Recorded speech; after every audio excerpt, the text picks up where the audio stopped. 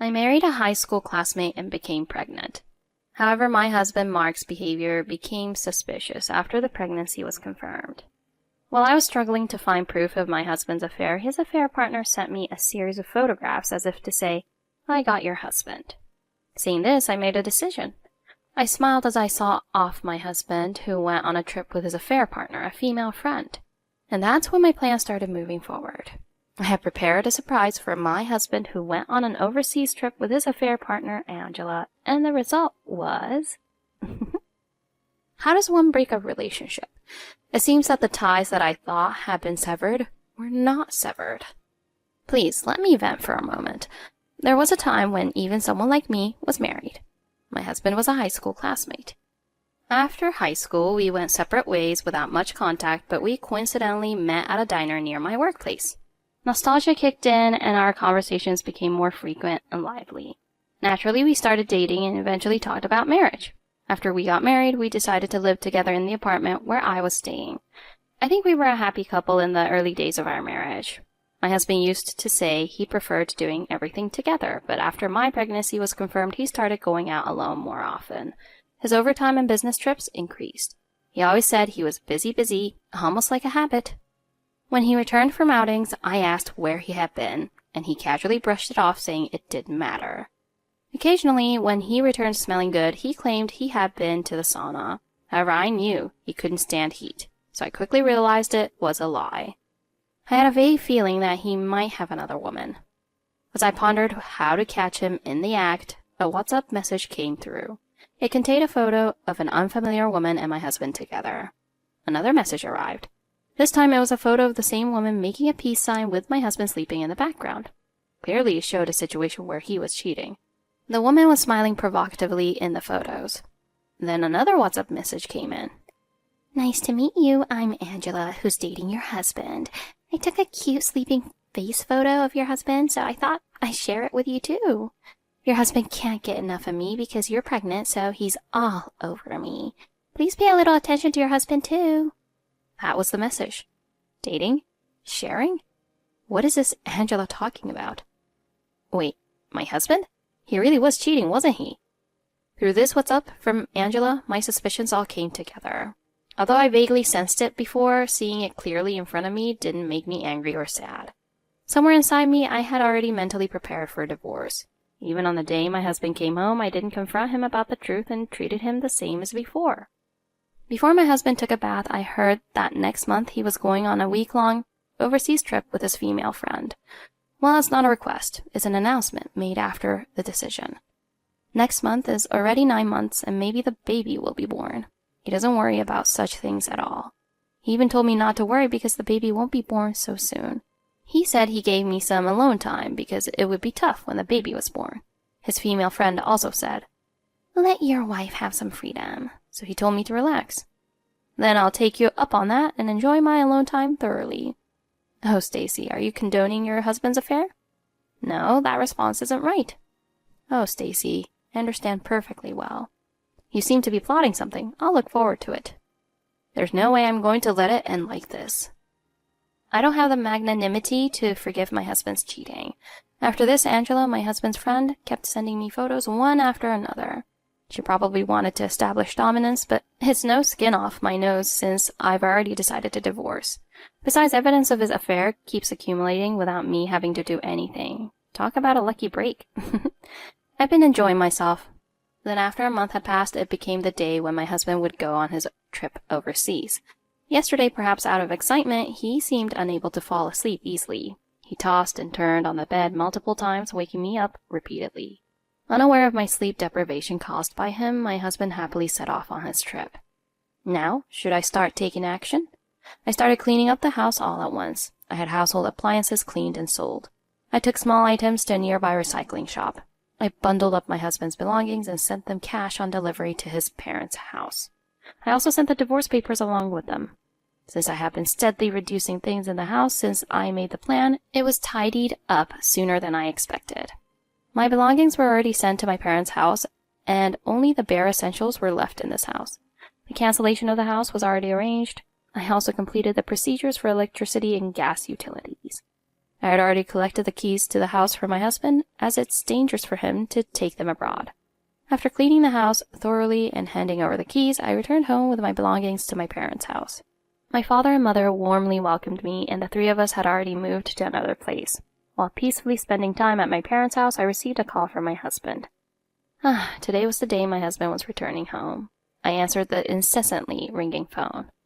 Hey, what's going on here? I rang the doorbell. Why aren't you opening the door? I'm not in that house anymore. Huh? Are you out somewhere? You said you were at home, so I left the keys.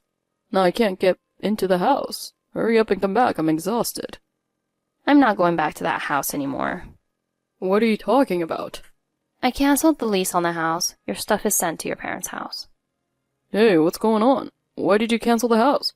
My stuff to my parents? Even over the phone, I can feel my husband's growing panic. Huh?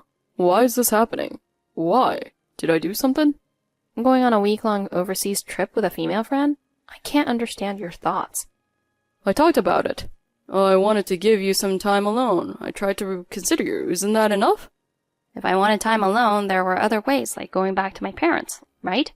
If it was really just a female friend, I wouldn't be this upset. You went with Angela, right? You know best what you did, don't you? My words made him realize the severity of the situation, and he became even more flustered. Angela's name had never come up from my husband's mouth before. Since I mentioned Angela's name as his female friend, he must have realized his affair was exposed. No, listen, Angela isn't just a friend. She's my soulmate. My soulmate. It's like a soul connected to soul. It's something beyond friendship. My husband trying desperately to push through with his excuses. It's becoming painful to listen to. Soulmates, huh? Well, and if you can be happy with your so-called soulmate, go ahead. Living with you anymore is impossible for me. I'm filing for divorce. I've sent the divorce papers to your parents' house, so fill them out. I don't want a divorce. I don't want it. Hey, please, just listen to me. I didn't want to hear any more excuses, so I hung up on my husband's call. Soulmate. It's been a while since I heard such a terrible excuse. Soulmate isn't going to cut it. It's like he's talking about his destined partner or something. Trying to make excuses, but digging his own grave. He's really not helping himself. After that, I received several calls and messages from my husband. The WhatsApp messages ranged from excuses and sob stories to compliments and poems, changing like 7 times. While watching that, I started feeling pain in my stomach. It felt different from normal pain, so just in case, I decided to go to the hospital. I contacted my parents and headed to the hospital alone for a checkup, thinking it was just stomach pain. I called my mom amidst the hustle and bustle to bring the childbirth bag. During all this time, the calls kept coming. I had no room to care about my husband and steadily prepared to deliver the baby. Because of that, I couldn't escape the pain of labor, no matter how I positioned myself. Amidst my suffering from the pain, my husband's calls kept coming in. The pain of labor combined with everything else reached its peak of frustration for me. I answered my husband's call. Finally got through. Stop calling so many times, damn it. Can't you see I'm in labor? I don't have time for you. After yelling at my husband, I immediately hung up and turned off my phone. I really had no patience left. I was battling through repeated waves of contractions. Meanwhile, it seems my husband finally regained his senses and rushed to the hospital, but he went to the wrong hospital, so it ended up being in vain. Well, I hadn't told him where I was being transferred to. While my husband was flustered, I safely gave birth to our son, feeling completely exhausted. Since our son didn't weigh more than 5 pounds, he had to be put in an incubator. Perhaps I had exhausted myself too much because I fell asleep right after giving birth to our son. I woke up refreshed the next day. When I turned on my smartphone, I found an overwhelming number of missed calls and WhatsApp messages from my husband. When I checked what's up, at first they were angry, but gradually became less assertive, and by the end, their messages were filled with complaints and self-pity. Finally, it ended with the creepy words, "My heart will always be by your side," which made me feel disgusted. Seriously, please don't come near me anymore. I don't need my husband's heart anymore. Just to be safe, I informed the nurses to restrict visitation rights to only my parents. Despite that, my husband's calls and WhatsApp messages continued frequently. But I didn't respond. I always kept my phone on silent mode, so I didn't notice calls from anyone other than my husband. My mother complained that she couldn't contact me.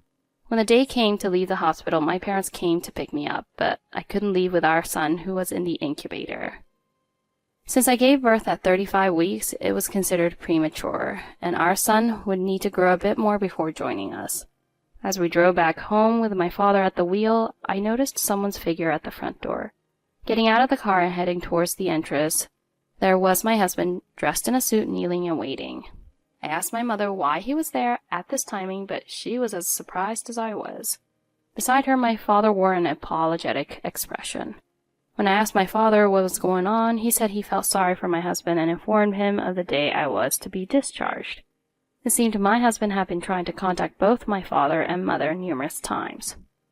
My mother apparently ignored him completely, but my father, being of the same gender, seemed to listen to him occasionally. Although I had told my parents about divorcing my husband, my father seemed to want to settle things peacefully. I made sure to firmly tell my father not to let my husband contact me again. My husband, who had been kneeling at the front door, kept bowing his head and apologizing repeatedly. Even if he apologized now, my feelings wouldn't change, and I had no intention of forgiving him. As I walked past him towards the house, he clung to my legs, which made me feel disgusted. No matter how much he apologized, it was already too late. I told him to go home and conveyed that message clearly, then peeled his hands off my legs and entered the house. My mother entered the house without saying a word to my husband as well. My father urged my husband to go home for the day. While my husband was no longer in front of the entrance, he wandered around the neighborhood. Feeling uneasy about the situation, I decided to report him as a suspicious person. A few minutes later, the police arrived and questioned my husband. He wasn't taken away by the police, but he disappeared from sight. It would have been better if he had been taken away by the police. Stacy, could it be that your husband is going through a postpartum period, as they say? If he's going to apologize like this, he shouldn't have done it in the first place. Saying he didn't want a divorce, but then going on a trip with a female friend, what does my husband really want? Later, it was decided to have a discussion involving both families. Considering my health, we decided to have the discussion at my parents' home. The doorbell rang and my in-laws and husband arrived. My husband and father-in-law had shaved their heads completely. It must have been a ruse to show repentance. As soon as they came in, my husband and father-in-law lowered their heads. My mother-in-law stood behind them with a stern expression. My husband kept apologizing incessantly, insisting he didn't want a divorce. My mother, seeing him continue to apologize, suggested that I should forgive him. But I can't live with a husband I want to divorce anymore. It would take the father away from the child, but this one thing is non-negotiable. At this point, I was rejecting my husband more than I should have, and forgiveness was not an option left in my mind. When the conversation had hit a deadlock, with neither side making progress, my mother-in-law, who had been wearing a stern expression since arriving at our house, finally spoke up. It's just a trip overseas with a female friend, isn't it? Isn't it a bit too much to divorce over that? I think you, Stacy, are making too much of a fuss. It's pitiful for your son if his mother acts like this. Such a fuss over such a trivial matter, that wife of yours. You're going on an overseas trip with a friend for some real action. My mother-in-law must think I'm upset just because my husband went on an overseas trip with a female friend. But that's not all, you see.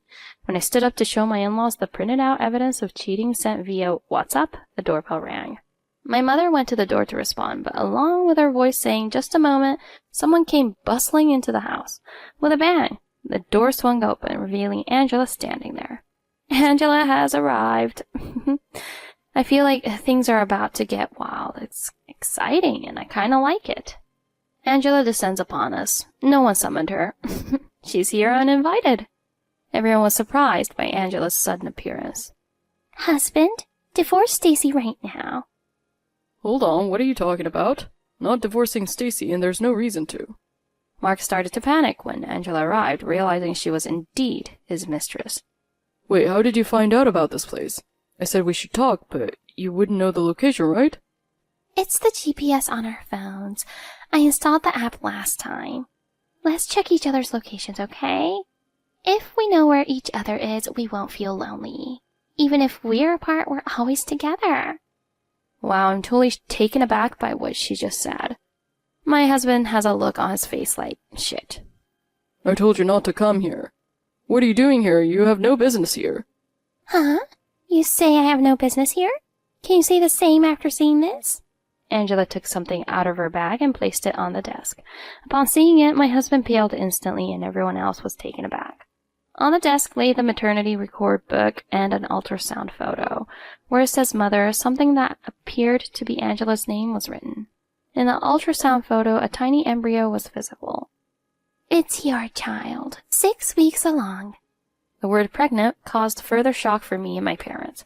I looked at my mother-in-law for some reason, and her face was lit up. Oh, so it's my son's child, huh? My mother-in-law took the ultrasound photo and gazed at it with a joyful expression. Really, you should divorce Stacy already.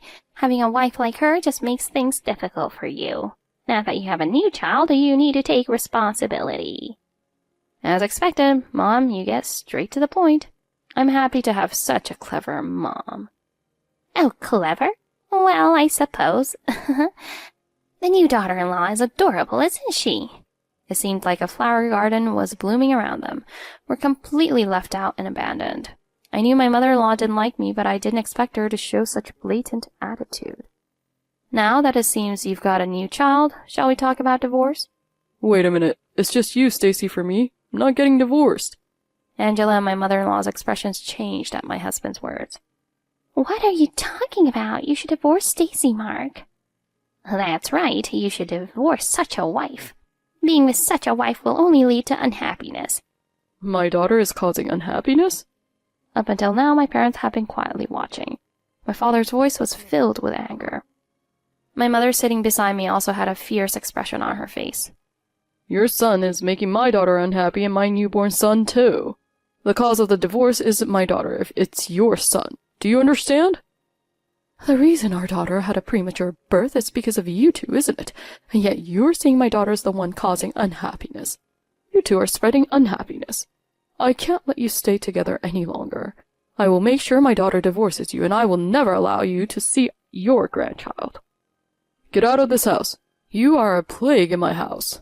My father then grabbed my husband by the scruff of the neck and threw him out of the house. My in-laws and Angela followed close behind. Wait a minute. You see the reality of the situation, and you know you can't go back to the way things were. Be happy with Angela. Also the money from selling the house stuff. I'll give you half of it in advance. When I put the brown envelope with the cash in front of my husband, Angela took it from him. Wow, thank you so much. I'll accept this as a wedding gift for us. Mark was astonished by Angela's actions and couldn't help but wonder what he saw in her. I was a little depressed to think that I had lost my husband to someone who did not have common sense or courtesy. What's wrong with you? To put my son through this? Honestly, I can't stand families without any common sense. Let's go home. Since you're getting divorced anyway, there's no reason to stay here anymore. I don't want to stay here anymore either. Mark, let's go home soon. My husband was then pulled along by my mother-in-law and Angela. My father-in-law followed behind them somewhat reluctantly. Honey, bring me the salt. Salt! I've already got it. Here you go. My parents held salt in their hands and kept throwing it at my in-laws and Angela repeatedly, even after they disappeared from view. A few days later, a pre-filled divorce form arrived at the house. Finally, the divorce could happen. Congratulations, Stacy. My husband resisted until the end, but I wonder why he didn't want to divorce. I thought Angela was just a fling, but it seems it got out of hand. Cheating during my wife's pregnancy is something you hear about often, huh? As usual, everyone's insights here are amazing. That's right, it looks like it was just a fling with Angela. After our discussion at my parents' house, I got a long apologetic what's up from my husband. It said he truly loves only me. Well, if that were true, he shouldn't have cheated, right? After the divorce papers arrived, I sent a lawyer to my ex-husband and Angela. We needed to decide on child support and alimony, of course. Of course, I'll also claim alimony from Angela, but my ex-husband never mentioned wanting to meet or have a visit with our child. No matter how much he says he loves me, he totally ignored his child. After quickly deciding the amount of child support and alimony, I submitted the divorce papers to the city office. Then I texted my ex-husband and told him I had submitted the divorce papers. With this, my ties with my husband have ended. Or so I thought. Oh no, that sounds ominous. But because we have a son, even though the ties are over, it won't be the end like this. Since my ex-husband is likely full of regret, I expect he might do something. About 10 years after the divorce, I received a call from an unknown number. When I answered, it was my ex-husband on the line. He said he wanted to meet our son. I wondered why now, but he is still our son's father. Yet he has never met our son since birth. Still, I asked why he suddenly wanted to meet. At first, he hesitated but reluctantly told me that Angela's child wasn't actually his. When the child got sick, they tested the blood type at the hospital. The child had a blood type that couldn't possibly be theirs. When he confronted Angela about it, she admitted to having a relationship with others. It seems Angela knew the child wasn't my ex-husband's. But since my ex-husband had the highest income and stability among her partners, she chose to stay with him. He was deeply shocked to realize the child he had raised as his own wasn't biologically his, so he wanted to meet his true biological child, our son. By the way, he said he wouldn't tell his parents about this. It seems like I intend to take this secret to my grave alone. He didn't want to change his current relationships or life. I was infuriated by my ex-husband's selfish attitude, but I don't have the right to refuse him seeing his child. I have contacted the lawyer who helped me during the divorce again to discuss this. I'm currently trying to figure out how to prevent my ex-husband from meeting our child. Wow, Angela's plan was so calculated, it's really despicable. She had your husband raise someone else's child. As for your ex-husband and in-laws, serves them right. Ignorance is bliss, huh? Well, your ex-husband has found out. I think my ex-husband will suffer more now that he knows. You can't be happy with others after destroying your own family. When you do something beyond the realm of morality, you get retribution. I thought I'd be careful about my ex-husband. Although the meeting between my ex-husband and my child hasn't been settled yet, I'll end it here for now. I'll make sure to return if there's any good news. Thank you for sticking with me through all this. Stacy, I pray you can refuse the visitation. I can't quite accept that even such a father has the right to meet the child. Why not wait until the kid wants to see his father? Don't selfishly manipulate the child because of the parents. Considering you, Stacy, the child will make the best decision. We should warmly watch over the child. The husband who cheated during Stacy's pregnancy has fallen into an irreversible situation. The home was shattered by Angela, and the family built with Angela was also a lie. Angela may think she successfully broke up Stacy and her husband and married her husband, but if the child realizes the secret of his birth, will the current situation continue? The conclusion is uncertain, but Angela's future may not be bright. Selfish happiness makes those around you unhappy. Is that really happiness? Not realizing true happiness of self might be a form of unhappiness.